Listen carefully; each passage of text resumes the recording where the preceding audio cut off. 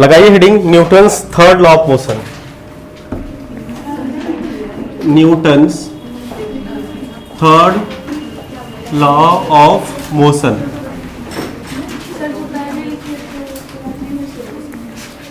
जो लोग लिख चुके हैं उसे नहीं लिखना है, हाँ जो नहीं लिखे हैं उसके लिए। इसका वीडियो नहीं बना था, लास्ट 2-3 क्लास के बाकी थे। कुछ बच्चा था वो डिमांड भी कर रहा था, तो बोले कुछ दिन रुक जाओ, तब तक पहला चैप्टर का डालते हैं।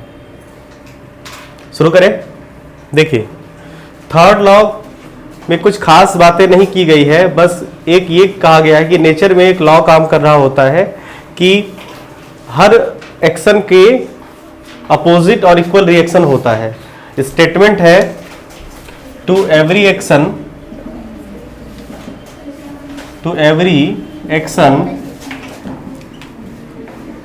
देयर इज इक्वल, ठीक है, equal in the sense of magnitude. Equal किस सेंस में? हाँ, equal in magnitude.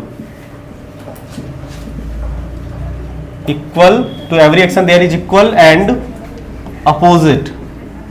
Opposite in the sense of in direction. Equal and opposite reaction, ये चीजें कही जाती है न्यूटन्स थर्ड लॉ का स्टेटमेंट। आइए इसे समझ ले पहले, ये क्या कहता है, ठीक है।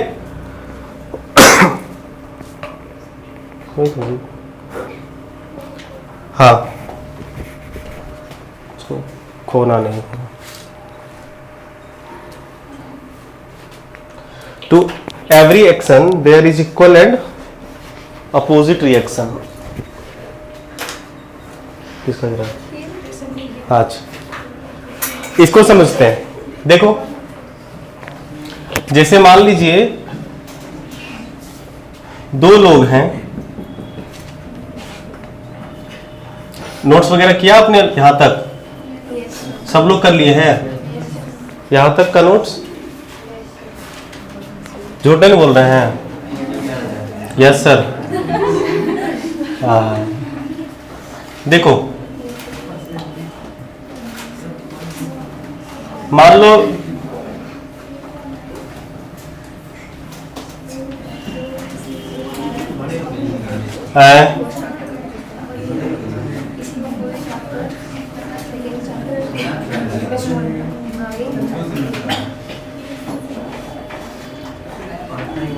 मान लीजिए दो लोग हैं, दोनों एक दूसरे को समान फोर्स से पुश कर रहे हैं। नहीं तो जैसे मान लो एक कुश्ती चल रही है ना, मान लो ये कुश्ती चल रहा है और कुश्ती दोनों एक दूसरे पे फोर्स लगा रहा है, लेकिन दोनों में से कोई एक भी अपनी प्लेस से टच से मस नहीं हो रहा हो। कारण ये है कि अगर इसका नाम मान लो चिंटू, मिंटू एंड चिंटू, ठीक है, ये चिंटू मिंटू दो लोग हैं, दोनों कुश्ती लड़ रहे हैं। अब देखो मिंटू, इसका मतलब ये हुआ कि मिंटू जितना फोर्स चिंटू पे लगाएगा सेम उतना ही फोर्स चिंटू भी मिंटू पे लगाएगा। आई बात समझ में? हाँ, तो यही सोच के आप लोग भी लड़ाई झगड़ा कर सकते हैं, कोई दिक्कत नहीं, नुकसान किसी को नहीं पहुंचेगा ना। क्या ट्राई मत करना, ये सावधान, इसे घर पे ट्राई नहीं करें। यही सोच के कि चलो भाई हम जितना जोर से मारेंगे सामने वाले को उतना ही जोर से हमें भी मारेगा, कोई दिक्कत नहीं। लेकिन टर्म एंड कंडीशन है इस लॉ में, इसलिए सावधानी बरतना है, घर पे नहीं, इसे प्रयोग नहीं करना है। नहीं, प्रिकॉशन लिखते हैं ना, बड़े अगर करने का मन भी हो तो किसी बड़े के सामने किया करिए। इसका ये मतलब हुआ कि ये जितना फोर्स लगाएगा, जैसे ये मान लो इसे पुश कर रहा है, ठीक है, इसे मान लो ये पुश कर रहा है, फोर्स एक्सर्टेड है, बात मत करो, force exerted on Chintu by Mintu is equal. अब देखो ये भी क्या होगा, force exerted on Mintu by Chintu, ठीक है, ये दोनों क्या होगा, सेम होगा, ठीक है।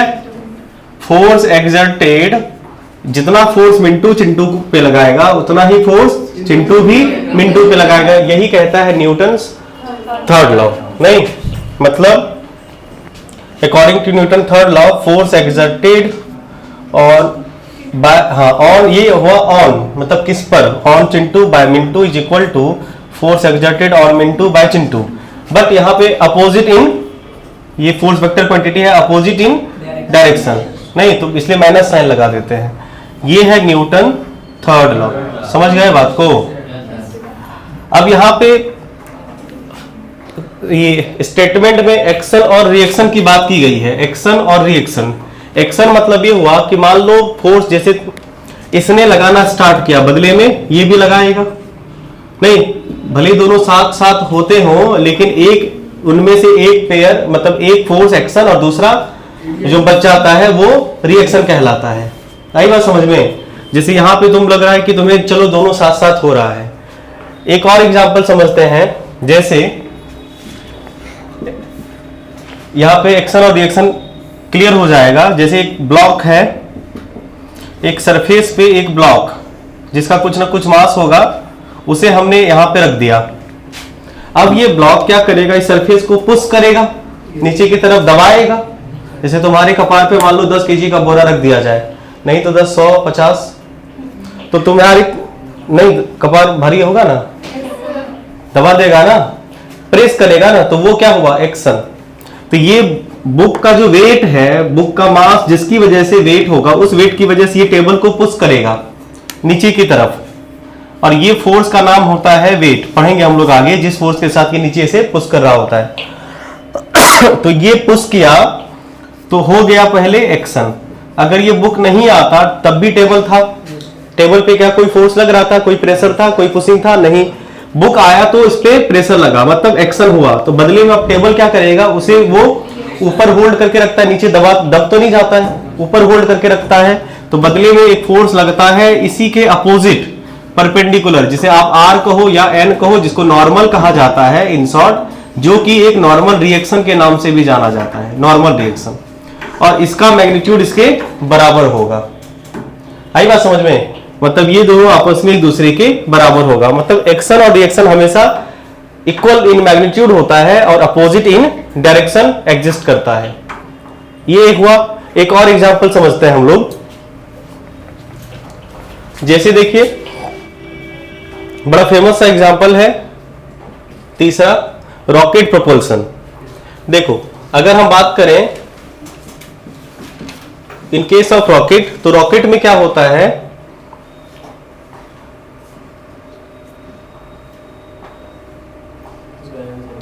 ऐसा दिवाली का रॉकेट लग रहा है।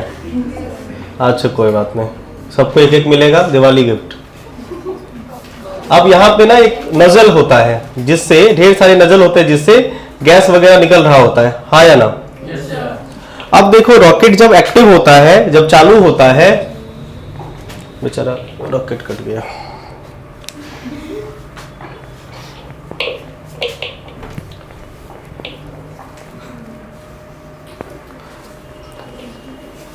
देखिए,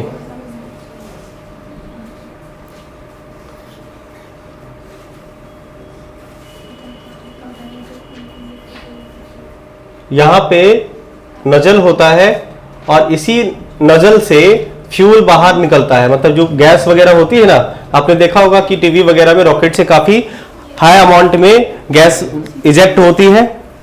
नहीं, अब क्या हुआ कि ये रॉकेट एक्चुअल में ऊपर नहीं जाता है, समझना।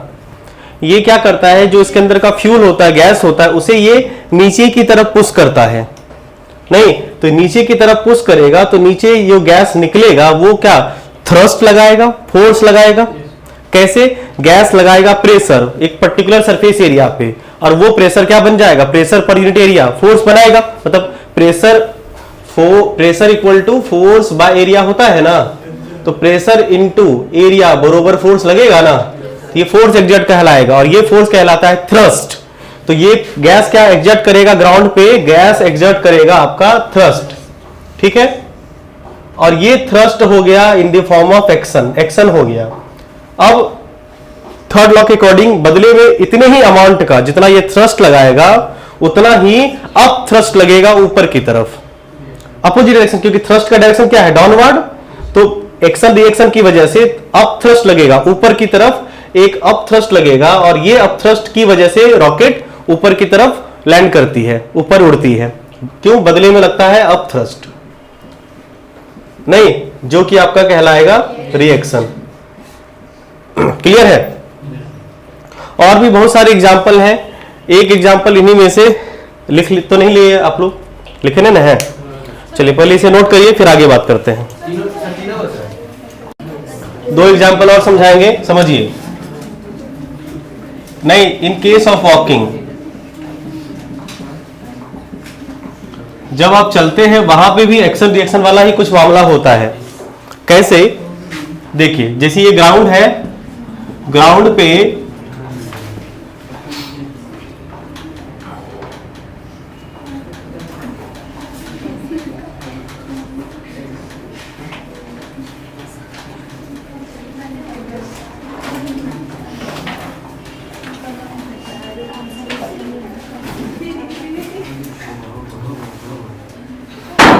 अरे क्या हो गया?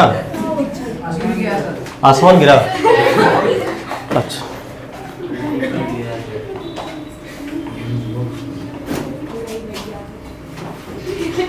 बात समझो।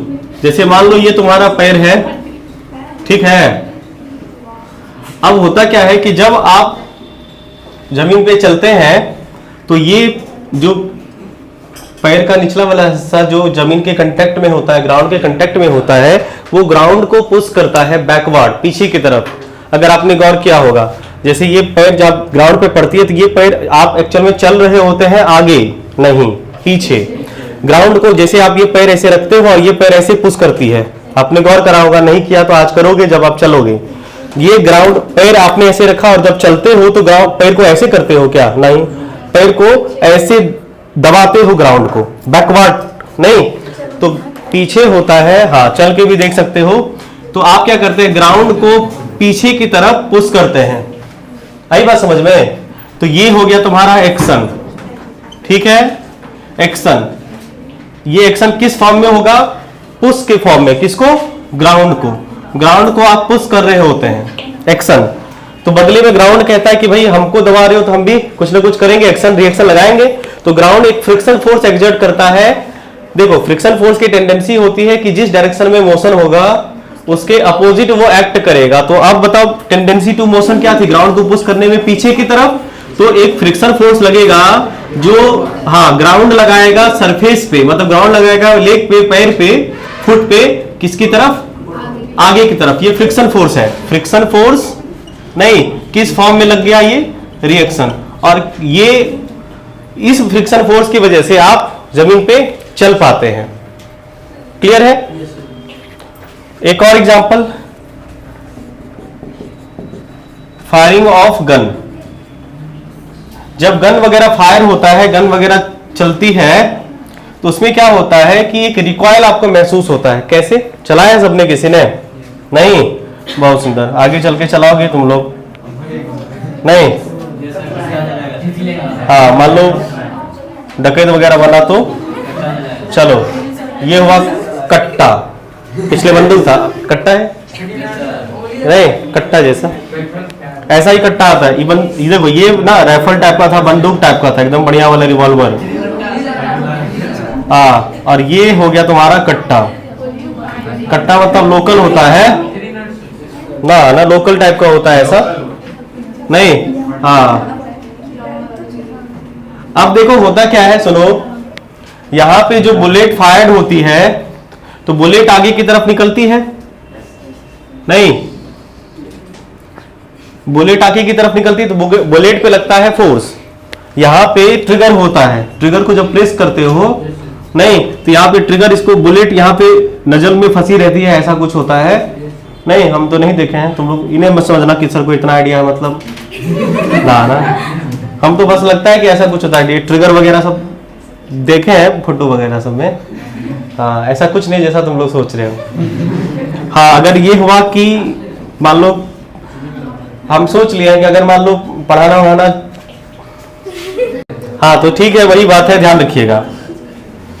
तो ये बुलेट जब फायर्ड होगी, सुनो, तो बुलेट पे लगेगा एक्शन, है ना, और ये जो एक्शन लगेगा तो बदले में एक्शन ऑन बुलेट, तो बुलेट रिएक्शन लगाएगा ऑन गन पे, तो इस हिसाब से क्या होगी कि बदले में एक रिएक्शन होगा, और इसी रिएक्शन के चलते क्या होता है कि गन ना पीछे की तरफ मूव करते। आपने देखा होगा कि जब गन फायर होता है ना, जब गन बुलेट चलती है तो बुलेट फायर हुई और ये पीछे की तरफ जर्क होता है। आई बात समझ में? बड़ा बड़ा गन सब जो होता है ऐसे ऐसे ऐसे ऐसे, तो ये पीछे जानबूझ के थोड़े लोग करते हैं, ये होता है ऐसे, थोड़े की टेक्निक है, ऐसे ऐसे करना ही पड़ेगा तुम्हें। फायर होती है, होता है ऐसे है पीछे, क्योंकि पीछे की तरफ रिएक्शन लगता है, जिसको हम लोग रिकॉइल ऑफ गन कहेंगे। इस पे सवाल भी होगा, आगे करेंगे। तो ये कुछ एग्जांपल हो गए, एक बात ध्यान में रखिएगा, और कि जब जब एक्शन होगा बदले में रिएक्शन होगा। एग्जांपल के तौर पे मान लो एक गेंद को तुम वॉल पे फेंकोगे, तो वॉल उस रिप्ले करता है ना गेंद को, रिबाउंड एक्शन किया आपने गेंद पे, और वॉल क्या करेगा, गेंद पे रिएक्शन करेगा। ये चीजें चलती रहती कंटिन्यूसली। तो कोई भी फोर्स अकेले एग्जिस्ट नहीं करता है, हर फोर्स का, हर एक्शन का रिएक्शन होता ही है। आई बात समझ में? हर एक्शन का रिएक्शन होगा। उसके बाद एक्शन और रिएक्शन दोनों सेम बॉडी पे नहीं होती है। जैसे तुमने सुना होगा, अभी देखा कि एक्शन तुमने किस पे किया, गेंद पे नहीं, आपने गेंद से क्या किया, वॉल पे एक्शन किया, बदले में वॉल ने गेंद पे रिएक्शन किया। मतलब एक्शन और रिएक्शन दो डिफरेंट बॉडी पे लगती है, सेम बॉडी पे एक्ट नहीं करता है। टू डिफरेंट बॉडी पे लगती है, लेकिन हमेशा एक्शन रिएक्शन पेयर में एग्जिस्ट करता है। क्लियर? अब थर्ड लॉ में बस आपको यही समझना था कि to every action there is equal and opposite reaction. Clear? अब इसकी मदद से हम लोग करेंगे क्या, इसकी मदद से हम लोग लीनियर मोमेंटम कंजर्वेशन करवाएंगे, लीनियर मोमेंटम को कंजर्व करवाएंगे। ठीक है, पहले लीनियर मोमेंटम कंजर्वेशन करते हैं, फिर हम लोग चलेंगे क्वेश्चन वगैरह पे। लीनियर मोमेंटम कंजर्वेशन क्या कहता है, इसे समझिए, लगाइएगा हेडिंग, लीनियर मोमेंटम कंजर्वेशन या कंजर्वेशन ऑफ लीनियर मोमेंटम, लगाइए heading, conservation of linear momentum. In short momentum ही, क्योंकि आपके सिलेबस में मोमेंटम ही है, और ये मोमेंटम जो आपके सिलेबस में उसे हम लोग लीनियर मोमेंटम कहते हैं। बात नहीं करेंगे, ठीक है। हाँ, अब ये कहता क्या है लीनियर मोमेंटम कंजर्वेशन, मतलब मोमेंटम कंजर्व होगी। तो मोमेंटम कंजर्व होगी मतलब क्या हुआ, मोमेंटम जितना था जहां पे उतना ही रहेगा वहां पे। नहीं, मतलब हमारे पास जितना मोमेंटम है, मोमेंटम मतलब मास इनटू वेलोसिटी, बाद में भी मतलब हमारे पास उतना ही मोमेंटम रहेगा परमानेंट। तो भाई मोमेंटम बदलता कब है? एक काम करते हैं हम लोग, एक एक्सपेरिमेंट के माध्यम से इसे समझने की कोशिश करते हैं कि दो बॉडी का कोलिजन करवा देते हैं। ये और आराम से समझ में आएगा सिचुएशन, बोर्ड पे देखेंगे कि जैसे मान लेते हैं हम लोग कि हमारे पास दो बॉडी है, नहीं, let two bodies A and B, नहीं, moving with velocity of u1 and u2। मान लेते हैं दो बॉडी ए और बी है, जिसका मास मान लो m, मूविंग दो body and be having mass m1 and m2 and moving, लिखने की कोई आवश्यकता नहीं, समझो पहले, and moving with velocity u1 and u2। अब मान लो इन दोनों पे फोर्स लगा, फोर्स या तो चाहो आप लगा सकते या दोनों एक दूसरे पे लगाया, कोई तीसरा आदमी को नहीं यहाँ पे लाते, दोनों एक दूसरे पे फोर्स लगाया, मतलब दोनों के बीच मारपीट हुई, मतलब कोलिजन हुआ। ठीक है, तो जैसे ही आफ्टर सम टाइम कुछ देर के बाद दे कोलाइड, ठीक है, दोनों कोलाइड कर गया। तो कोलाइड करने के बाद क्या होगा, दोनों की वेलोसिटी बदलेगी, कोलिजन हुआ है, दोनों एक दूसरे पे फोर्स लगाएगा, किसी की वेलोसिटी बढ़ जाएगी, किसी की वेलोसिटी घट जाएगी। नहीं, आफ्टर कोलिजन,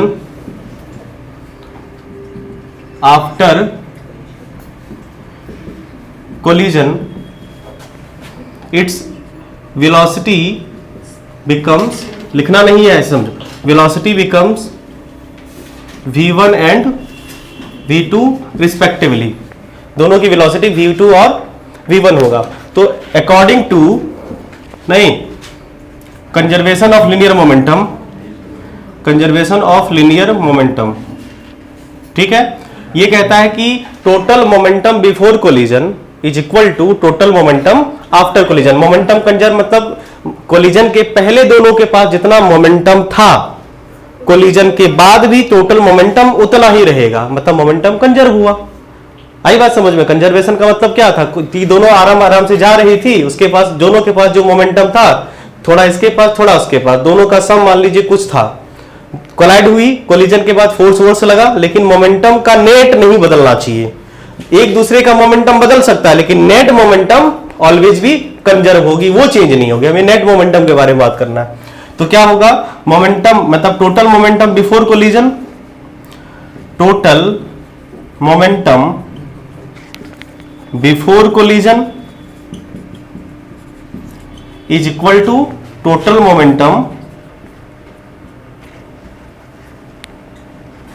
मोमेंटम हाँ after collision. Total momentum before collision equal to total momentum after collision. इसको ऐसे समझो, हाँ, जैसे कि अगर मान लो स्टार्टिंग में मास m1 था पहले की और उसकी वेलोसिटी u1 थी, तो इस पहले का मोमेंटम m1 u1, दूसरे का मास m2 था, वेलोसिटी इनिशियल u2 थी, इसका मोमेंटम m2 u2 है ना। बाद में मोमेंटम बदला, मतलब मास तो वही रहा, बस वेलोसिटी बदली पहले वाली पार्टिकल की m1 v1, प्लस मास वही रहा, बस वेलोसिटी बदल गई m2 v2। हमें ये प्रूफ करना है, ठीक है, हमें ये थर्ड लॉ की मदद से प्रूफ करना है। क्लियर है? क्या लिख रहे हैं? समझ गए? आगे बढ़े? ठीक। लिनियर मोमेंटम कंजर्वेशन कहता क्या, समझ गए? कहता यह है कि मोमेंटम कंजर्व होगी कब? कोलिजन के पहले जितना मोमेंटम होगा उतना ही कोलिजन के बाद होगा। तो कोलिजन के पहले इतना मोमेंटम था टोटल मोमेंटम, और कोलिजन के बाद टोटल मोमेंटम इतना होगा, दोनों का नेट क्या होगा? सेम, बदलेगा नहीं। हाँ, एक दूसरे का बदल जाएगा, जो दोनों बड़ी है दोनों का बदल सकता है, लेकिन नेट नहीं बदलेगा, टोटल बराबर ही रहेगा। क्लियर है? आइए ऐसे ही हम लोग प्रूफ करें। तो कंसीडर हमने तो कर ही लिया है सब कुछ, बस अब डेरिवेशन की आवश्यकता है। आइए से करते हैं, ध्यान से देखेंगे, ये प्रूफ एग्जाम में भी आता है और इंपॉर्टेंट भी है। तो सिचुएशन क्या था? सिचुएशन ये था कि एक बडी थी जिसका नाम A था, वो U1 से चल रहा था, ठीक है, और एक बडी थी जिसका मास M2 था, नाम B, और ये U2 से चल रहा था। अगर U1 की स्पीड U2 से ज्यादा है तो कभी न कभी अगर दोनों एक ही ट्रैक पे चल रहा हो तो ये उसे जाके पीछे से टक्कर मार देगा, मतलब कोलिजन होगा नहीं। तो मोमेंटम बिफोर कोलिजन कितना था? नहीं, तो टोटल मोमेंटम बिफोर कोलिजन, जिसको हम लोग P इनिशियल कह देते हैं, इनिशियल मोमेंटम कितना? पहले का m1 momentum of A plus P, ये क्या हुआ? मोमेंटम ऑफ A, सीधा लिख दे हैं m1 u1 और momentum of B m2 u2, ठीक है। अब मान लो कोलिजन हुआ, नहीं, आफ्टर, या मान लो इनके बीच कोलिजन हो गया, मतलब टक्कर हो गया, ठीक है, ए और बी के बीच टक्कर हुआ। तो आफ्टर कोलिजन दोनों की वेलोसिटी तो बदलेगी, कोई एक स्लो डाउन हो जाएगा, कोई स्पीड अप हो जाएगा, किसी एक की वेलोसिटी बढ़ेगी और किसी एक की घट जाएगी। तो आफ्टर कोलिजन क्या होगा कि मास तो वही रहेगा ना, कोई हो सकता है रुक भी सकता है, अभी हम लोग मान ही नहीं रहे कि क्या हुआ है, बस ये मान रहे कि वेलोसिटी बदली है, कोई स्लो डाउन कोई स्पीड अप हुआ होगा, और डायरेक्शन भी हम लोग नहीं मान रहे, हो सकता है कोलिजन के बाद दोनों एक दूसरे के अपोजिट डायरेक्शन में इधर उधर चला गया हो। अभी हम लोग बस लीनियर मोमेंटम की बात कर रहे हैं, ठीक है, वेलोसिटी मान लीजिए बदल गई इसकी, तो टोटल मोमेंटम बिफोर कोलिजन कितना होगा? Total momentum before collision, sorry after collision, after collision, जिसको पीएफ कह देते हैं, m1 v1 plus m2 v2। और ये कोलिजन में कुछ ना कुछ समय लगा होगा ना, कुछ ना कुछ टाइम में कोलिजन हुआ होगा, तो मान लेते हैं टाइम ऑफ कोलिजन कितना है? t, बहुत कम टाइम के लिए नहीं, टाइम ऑफ कोलिजन मान लेते हैं ये t है। अब देखो थर्ड लॉ से पहले हम लोग पहले सेकेंड लॉ लगाते हैं। क्या हुआ होगा? कोलिजन के दरमियान ए ने बी पे फोर्स लगाया होगा, नहीं तो फोर्स एक्सर्टेड, ए ने बी को इधर धक्का दिया होगा, force exerted on A by B, इसे ऐसे लिखते हैं। अब 1 to 1 मतलब 1 या 2 भी कह सकते हो, पढ़ते क्या है? Force exerted on A by B, इस डायरेक्शन में, तो क्या होगा? Force exerted on A, sorry on B by A ना, on B by A, force exerted on A by B. अब ये फोर्स हमें निकालना है, समझ गए? तो हम लोग अब कहते हैं, निकालते हैं फोर्स। कौन बताएगा? सेकेंड लॉ क्या कहता है? Rate of change in momentum directly proportional to force. तो आइए पहले हम लोग फोर्स बी ए निकाल लें। फोर्स ऑन बी बाय ए। अब बोलो, जिस पे फोर्स लगता है उसका ना मोमेंटम बदलता है। जैसे मान लो हम इस किसी गेंद पे फोर्स लगाएंगे तो उस गेंद में मोमेंटम आएगा, उस गेंद का मोमेंटम चेंज होगा। तो ए ने बी पे फोर्स लगाया तो किसका मोमेंटम बदला होगा? बी का, बी का मोमेंटम बदला होगा। बी का पहले कितना मोमेंटम था? m2 u2। बी का मोमेंटम बाद में कितना हो गया? m2 v2। कितने टाइम में? t टाइम में। तो force on B by A is equal to rate of change in momentum किसका? Of B. बी के मोमेंटम में चेंज जो हुआ। तो अब बताइए, इसको ये लिख दें, force on B by A is equal to rate of change in momentum. तो इसका चेंज इन मोमेंटम क्या होगा? इसका फाइनल मोमेंटम क्या है? m2 v2 और इसका इनिशियल मोमेंटम m1 u1। समझ रहे हैं? और रेट का मतलब बाय टाइम। कोई दिक्कत? m2 u2, sorry m2 u2। बोलिए, यहां तक कोई दिक्कत? ये क्या आया है? ये आपका फोर्स आया है जो बी पे लगा है। क्लियर? बोलो, यहां तक कोई डाउट नहीं? इसी तरह से अब हम लोग मिटाते हैं इसे।